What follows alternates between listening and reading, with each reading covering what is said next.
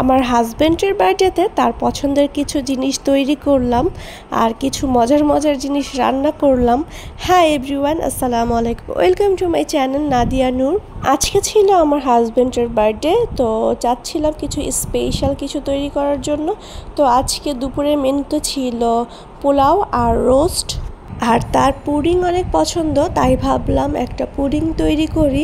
তো আমি আজকে একটা পিচ্ছি পুডিং তৈরি করেছি, বড় একটা তৈরি করেছি। ভাবলাম আজকে একটা পিচ্ছি দেখে পুডিং তৈরি করবো আর বলবো আজকে তো আমি কোনো কেক বানাইনি, শুধু পুডিং বানিয়েছি, এটা বলেই তাকে দেখব কি বলে।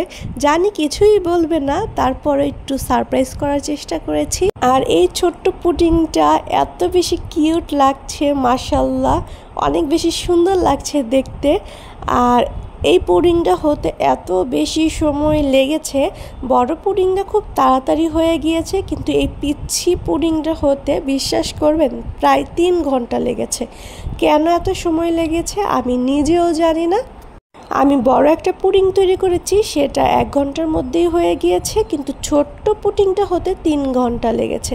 আর ছোট্ট পুডিং যখন মোল্ড আউট করেছি তখন চিন্তা করছিলাম ভেঙে যাবে কি না, কিন্তু বড়টার বেলায় না একদমই চিন্তা করিনি, মনে করেছি ভাঙবে না।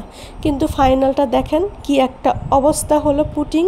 এটা পুডিং না অন্য কিছু আল্লাহই জানে, ভেঙে তো অবস্থা খারাপ।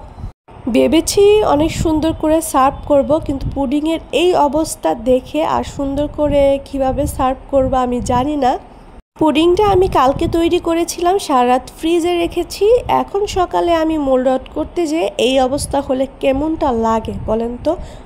পুডিংটা যখন ভেঙে গিয়েছে আমি একটু টেস্ট করে দেখি পুডিংটা কেমন হয়েছে। ছোট্ট পুডিংটা তো আর কত কিউট লাগছে, ওইটাই সামনে দিব, আর বড়টা কেটে কেটে দিব যেন ভাঙাটা না দেখা যায়। সারপ্রাইজটা পানি হয়ে গেল, কেমন লাগে বলেন তো এমনটা হলে। তারপরে আমরা দুপুরে এখন খাওয়া দাওয়া করছি এই রোস্ট আর পোলাও, রোস্ট পোলাও দিয়ে আজকে বার্থডে সেলিব্রেট করছি। সব সময় বিরিয়ানি খেতে না ভালো লাগে না, মাঝে মাঝে রোস্ট পোলাও বিরিয়ানি বা খিচুড়ি এক এক সময় এক একটা আমরা করে থাকি। তারপরে বিকালের দিকে এই পুডিংটা সামনে দিয়ে বললাম তোমার জন্য একটা পিচ্ছি পুডিং তৈরি করেছি, নাও। এবার তো কেক তৈরি করতে পারলাম না। এটা বলার সাথে সাথে আয়ান আর নুফাইসা বলা শুরু করেছে আমরা পুডিং খাবো না, আমরা কেক খাবো, কেক কখন কাটবো। তো সারপ্রাইজ তো পুরাই পানিতে গেল।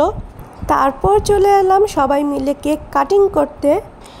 তো আমি চেয়েছিলাম একটু সাজিয়ে গুছিয়ে তারপরে কেকটা কাটবো বেলুন টেলুন ফুলানোর পর, কিন্তু সেরকমটা কিছুই হয়নি, প্ল্যান মাটি হয়ে গিয়েছে।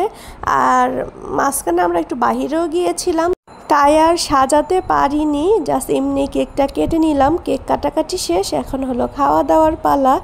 আর ওরা তো পুডিং খাবে না, ওরা শুধু কেক খাবে, এটা বলে আমার সারপ্রাইজটা মাটি করে দিয়েছে। আর ওরা দুজন কী পরিমাণ খুশি, কালকে কেক তৈরি করেছি, কখন ওরা কেক কাটবে, কখন সারপ্রাইজ দিবে, তো সেটাই বলছিল। বাচ্চারা তো ক্রিম পেয়ে ক্রিম মাখামাখি করছিল, আর আমি বসে বসে কেক খাচ্ছিলাম। আর এখন হলো সারপ্রাইজ গিফট দেওয়ার পালা। আয়ান তো চোখ ধরে রেখেছে, সারপ্রাইজ গিফট দেখাবে না, তো চোখ কোনোভাবেই ছাড়ছে না। তারপর শার্ট খোলার পরে চোখ ছেড়ে দিয়েছে। আমি এবার বললাম শার্টটা পরে দেখো হয় কি না। আসলে শার্টটা অনেক বেশি সুন্দর মানিয়েছে, তাই না? এই তো ছোট্টখাট্ট একটা বার্থডে অনুষ্ঠান ছিল। আজকের ভিডিওটা এই পর্যন্তই। আল্লাহ হাফেজ, আসসালামু আলাইকুম।